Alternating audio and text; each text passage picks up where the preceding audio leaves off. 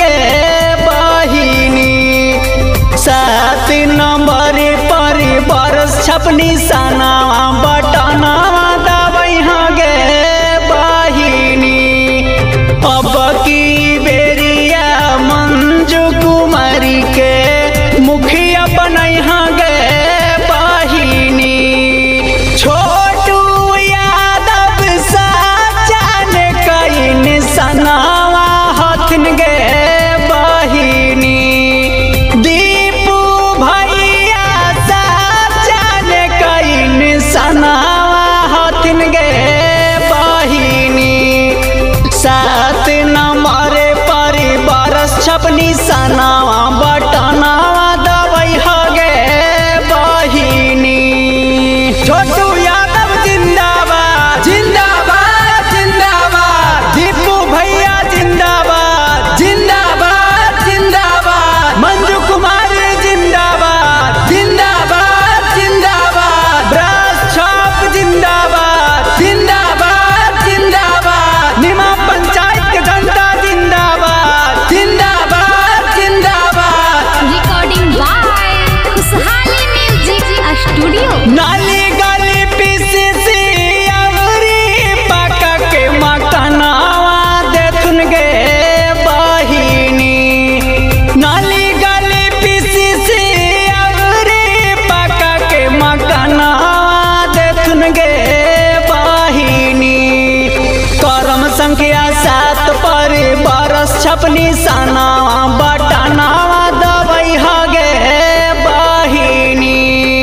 अब की बेरिया मंजू कुमारी के मुखिया बनै गे बहिनी।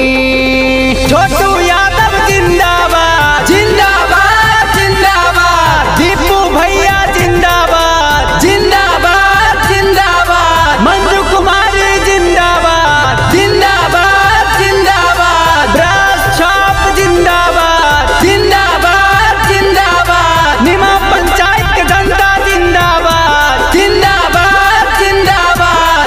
रिकॉर्डिंग बाय खुशहाली म्यूजिक स्टूडियो। 2 साल बीतलै 3 साल बीतलै 25 साल बीतलै गे बहिनी।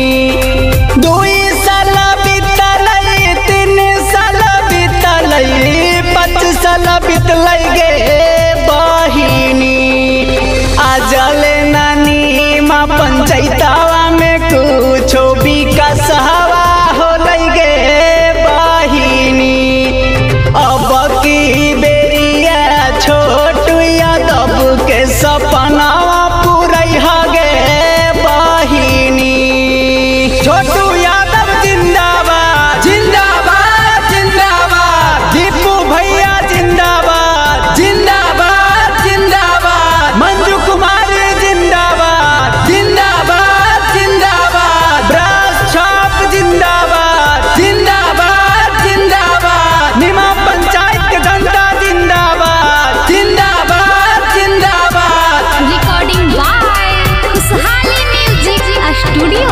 निमा पंचायतवा के जनता मिली ध्यानवा दिहा गे बहिनी। निमा पंचायतवा के जनता मिली ध्यानवा दिहा हो भैया।